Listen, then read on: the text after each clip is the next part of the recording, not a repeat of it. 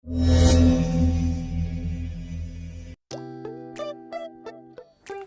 semuanya, berikut ini adalah media mengajar bahasa Indonesia untuk SD atau madrasah kelas 6. Mari kita mulai bersama-sama. Oke anak-anak, kita melanjutkan tema 9, yaitu menjelajah luar angkasa. Tujuan dari pembelajaran tema 9 yaitu menelusuri dan menyampaikan penjelasan tentang tuturan dan tindakan tokoh, serta penceritaan penulis dalam teks fiksi secara lisan, tulisan, dan visual.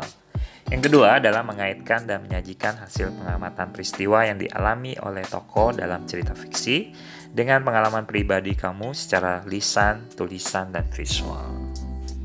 Selanjutnya, menelusuri tuturan dan tindakan para tokoh serta penceritaan dari penulis pada teks fiksi ya. Nah, dalam sebuah teks fiksi biasanya terdapat tokoh yang berperan di dalamnya. Nah, tokoh tersebut akan membangun jalannya cerita dari awal hingga akhir. Nah, melalui tuturan dan tindakan langsung dari tokoh tersebut atau berdasarkan dari penceritaan penulis, maka pembaca dapat mengetahui unsur-unsur dalam cerita tersebut. Selanjutnya, B. Menyampaikan penjelasan tentang tuturan dan tindakan para tokoh serta penceritaan penulis pada teks fiksi.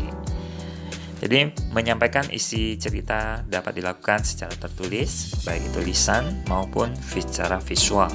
Nah, penyampaian secara visual dapat dilakukan dengan menggunakan gambar-gambar berseri seperti dalam komik. Selanjutnya, yaitu mengaitkan peristiwa yang dialami tokoh dalam cerita fiksi dengan pengalaman pribadimu, ya. Jadi, walaupun dibuat berdasarkan imajinasi penulis, peristiwa dalam cerita fiksi seringkali diambil dari kejadian yang kita alami dalam kehidupan kita sehari-hari.